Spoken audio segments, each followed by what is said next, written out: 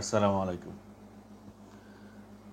চিকনে খেইলা দিল জাতিসংঘের মানবাধিকার কমিশনের প্রধান।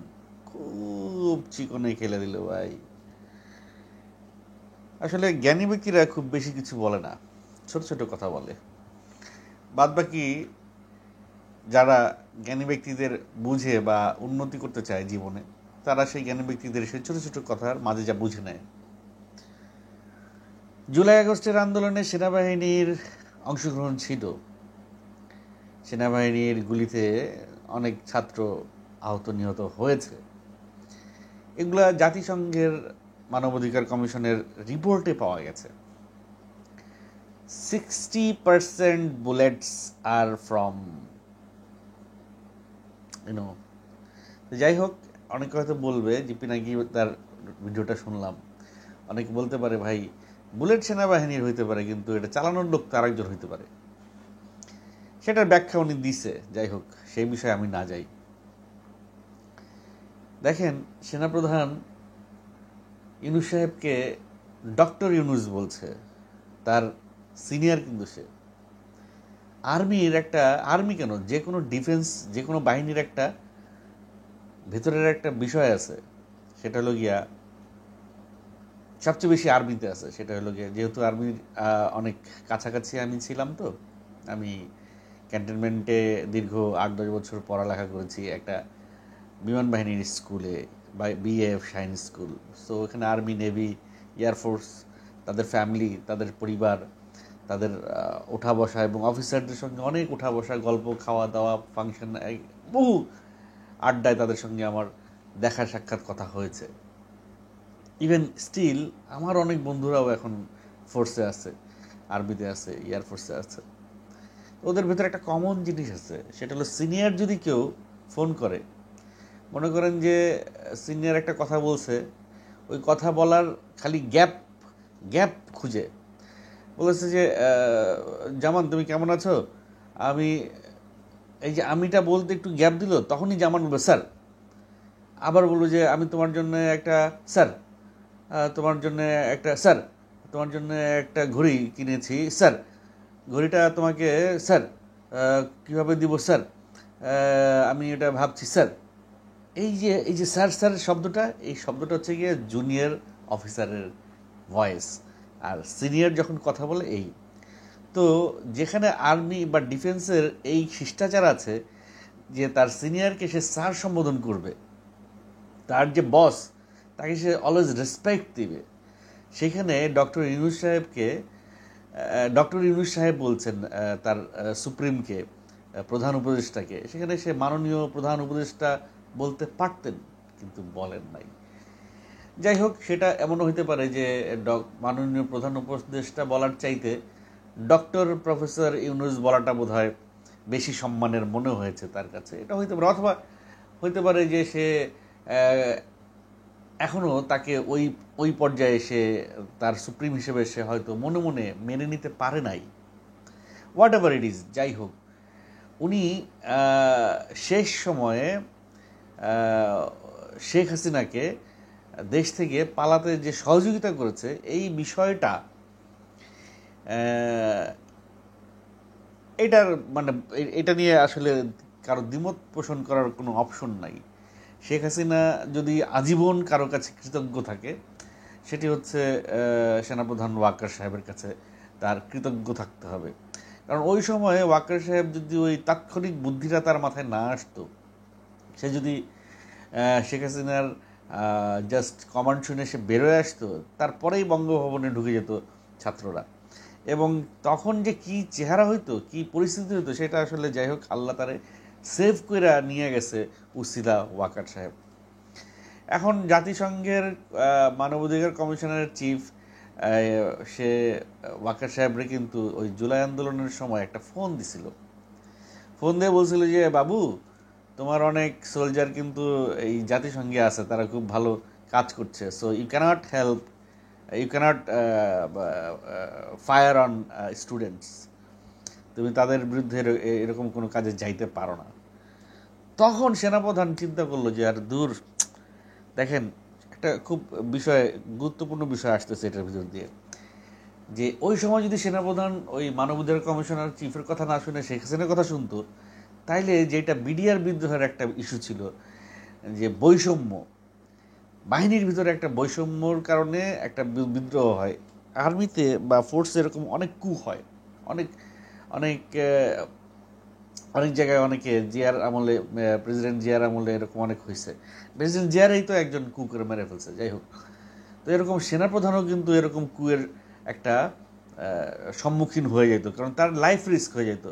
কারণ এতগুলা অফিসারের ভাত মারবে যে, জাতিসংঘে কিন্তু একজন অফিসার যখন বাংলাদেশ থেকে জাতিসংঘে যায়, তখন বাংলাদেশের বেতন তো সে পাই, বাংলাদেশ সরকার থেকে যে বেতনটা ধার্য সেটা তো সে পাই, প্লাস তাকে জাতিসংঘ একটা বেতন দেয়, তার মানে তার বেতন ডাবল হয়ে যায়। তো জীবনে তাদের সেনাবাহিনী, এই সেনা অফিসারদের জীবনে বা সেনা সৈনিকদের জীবনে এটা একটা চরম সুযোগ জাতিসংঘের বা মিশনে যাওয়ার। মিশনে গেলে তারা কিছু এককালীন টাকা নিয়ে আসতে পারে, সেই টাকা দিয়ে তারা একটা কিছু করতে পারে। এত বড় একটা সুযোগ যদি ওয়াকার সাহেব ওই সময়ে এই কাজটা করে নষ্ট করে দিত, তাহলে তার পেছনে যে কী ষড়যন্ত্র হতো সেটা সে ওই সময় ফিল করছে। ফিল করে সে ওই সময় শেখ হাসিনার সঙ্গে না থেকে সে ছাত্রদের সঙ্গে বা সিচুয়েশনের সঙ্গে গেছে, এবং সে সিচুয়েশনের সঙ্গে গিয়ে সে মোটামুটি বলছে যে আসার পরে 5ই আগস্টের পরে যে ভাষণে উনি বলছেন সবার বিচার হবে। বিচার কি হয়েছে সেটা আমরা জানি কম বেশি। আর চুপ্পু সাহেব হচ্ছেন গিয়ে সেনাবাহিনীর একটা চিফ হিসেবে সে আছেন ওখানে, আমাদের প্রেসিডেন্ট, বর্তমান প্রেসিডেন্ট। এখন দুইটা জিনিস দেখেন, শেখ হাসিনার ইনপুট চুপ্পু সাহেব এবং সেনাপ্রধান এখনও আছেন বহাল তবিয়তে। তার মানে শেখ হাসিনার ক্ষমতাটাও কোন জায়গায়, শেখ হাসিনা যা বলে 2 দিন পরে দেশে চলে আসবো, তার কিন্তু হ্যাডমটা ওইখানেই। আচ্ছা, এখন কথা হইল গিয়া যে ইউনূস সাহেবরে কেন তারা দমাইতে পারতেছে না, ইউনূস সাহেবরে কেন তারা কন্ট্রোলে আনতে পারতেছে না। রাজনীতির মাঠে ইউনূস সাহেবরে তারা মনে করছিল দুধ ভাত, ভারত বেসিক্যালি ভাবছিল যে 1 মাসও টিকতে পারবে না। এরকম কথা উঠছিল যে এই সরকার 1 মাসও টিকতে পারবে না। যখন সে ইউনূস সরকার প্রধান উপদেষ্টা হইল ইউনূস সাহেব, তখন কিন্তু অনেকেই বলছিল 1 মাসও টিকতে পারবে না। কিন্তু 8-9 মাস তো কিন্তু ভাইয়া পার হয়ে গেছে, এবং আরও 1-1.5 বছর পার হয়ে যাবে ভাইয়া, টেরও পাবেন না ভাইয়া। এই যে এই রোজায় আমরা যে আলু খাইতেছি 20 টাকায়, পেঁয়াজ খাইতেছি 40 টাকায়, তারপরে খেজুর খাইতেছি কম দামে, এগুলো কি গত 14-15 বছরের ইতিহাসে এই রেকর্ড রোজার ভিতরে ছিল কি না একটু কেউ জানলে আমরা কমেন্ট করে জানাবেন। তার মানে ইউনূস সাহেব কিন্তু সাকসেসফুল, শুধু সাকসেসফুল না, সামনে আরও যে ঘটনাটা ঘটতে চলেছে দেখেন। 26 তারিখে ইউনূস সাহেব চীনে যাবে, এবং চীনে সফরে যাওয়ার জন্য ইউনূস সাহেবকে চীন একটা চার্টার্ড মানে বিশেষ বিমান পাঠানো হচ্ছে ইউনূস সাহেবকে চীনে নিয়ে যাওয়ার জন্য। চীন বুঝে গেছে যে ইউনূস সাহেবের গুরুত্বটা কতটুকু। ইউনূস সাহেবের কথায় জাতিসংঘের মানবাধিকার কমিশনার রিপোর্ট করে ফেলে, ইউনূস সাহেবের কথায় পশ্চিমা বিশ্ব হেলে যায়। ইউনূস সাহেব ইলন মাস্কের সঙ্গে তার ব্যক্তিগত সম্পর্ক, এছাড়াও বিভিন্ন দেশের রাষ্ট্রপ্রধানরা ইউনূস সাহেবকে যে সম্মান, যে রেসপেক্ট, যে সমাদর করে, সব কিছু মিলায় আপনারা একটা জিনিস খেয়াল করে দেখবেন যে যখন আপনাদের বাসায় বা আপনার বন্ধু সার্কেলে, সাপোজ একটা বন্ধু সার্কেলে যখন দেখবেন যে একজন সেলিব্রিটি আসছে, সাপোজ যেই সেলিব্রিটিটা আপনি চিনেন না, আপনি তারা চিনেন না, কিন্তু আপনার অন্যান্য বন্ধুরা সেই সেলিব্রিটিটা চিনে, তো সেই সেলিব্রিটি আসার পরে সব বন্ধুরা তাকে খুব তোয়াজ করছে, আদর করছে, তখন আপনি কিন্তু অটোমেটিক্যালি তাকে তোয়াজ করা শুরু করবেন যে আরে সবাই যখন করতেছে তো আমি কেন না।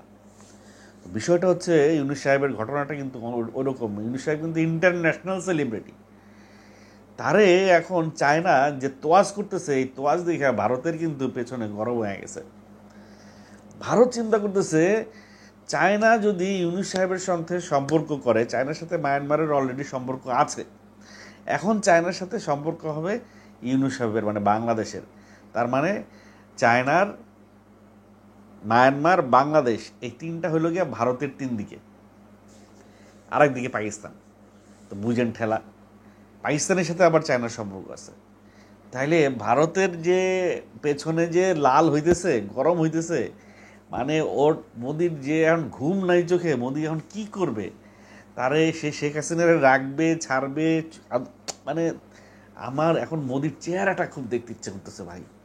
26 তারিখ যখন ইউনূস সাহেব যাবে চায়নায়, ওই সময় মোদির চেহারাটা আমি খুব দেখতে চাই।